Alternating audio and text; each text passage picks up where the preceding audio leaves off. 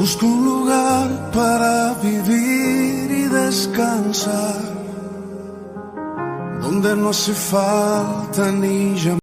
El mensaje de hoy se titula Dios tomó la iniciativa y leemos en el Evangelio de Juan en el capítulo 3 los versículos 16 y 17, donde Jesús dijo: porque de tal manera amó Dios al mundo, o sea, a la humanidad, que ha dado a su Hijo unigénito, para que todo aquel que en Él cree no se pierda, mas tenga vida eterna. Versículo 17, porque no envió Dios a su Hijo al mundo para condenar, sino para que el mundo sea salvo por Él. Hermanos, Dios creó a los seres humanos para tener una relación de intimidad con Él, porque necesitaba depositar en ellos su eterno e infinito amor. Recordemos que Dios es amor, y al pecar los seres humanos levantaron un muro que impedía esa relación de intimidad con Él. Dios no puede convivir con el pecado, su santidad no lo permite. Entonces Dios tomó la iniciativa. Dios el Padre tomó la decisión de enviar a su Hijo a la tierra para morir en una cruz por los pecados de la humanidad.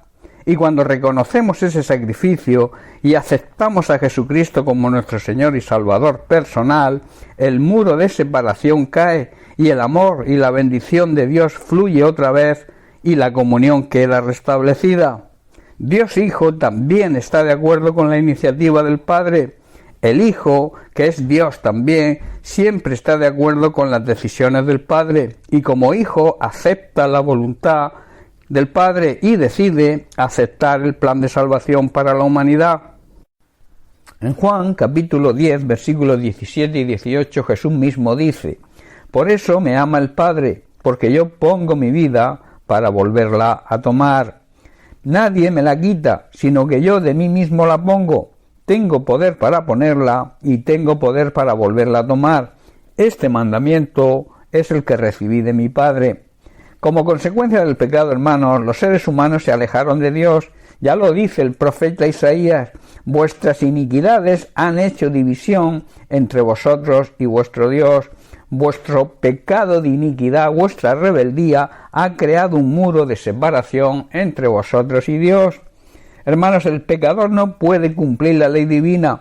Es incapaz por sí mismo de acercarse a Dios, está perdido. De ahí que Dios tomara la iniciativa para restaurar la comunión con Él, enviando a su Hijo como el medio de salvación, pero para eso era necesaria su muerte, y así cargar con nuestro pecado y restablecer la comunión perdida.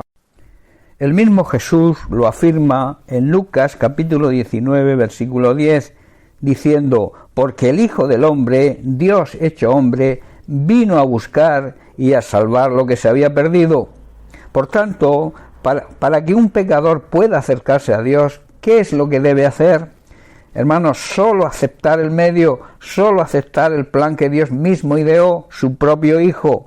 La Biblia enseña que siendo enemigos, hermanos, el pecado nos hace enemigos de Dios, fuimos reconciliados nuevamente con Dios por medio de la muerte de su Hijo.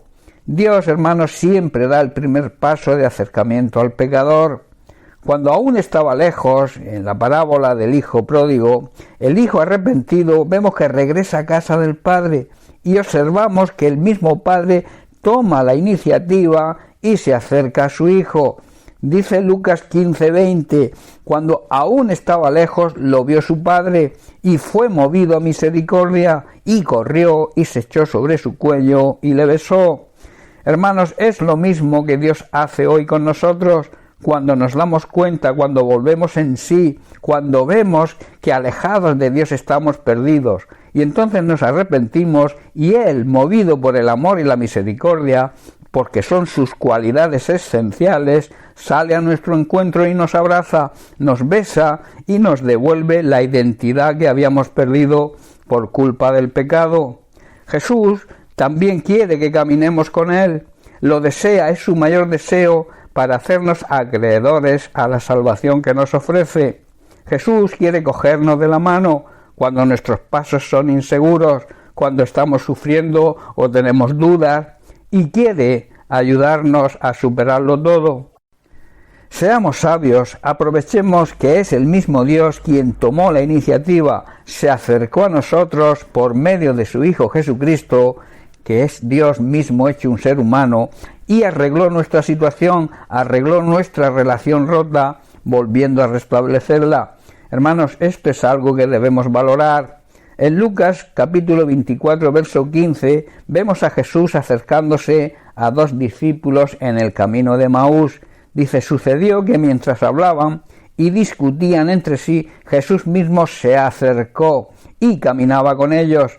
Hoy Jesús quiere hacer lo mismo y quiere caminar a nuestro lado.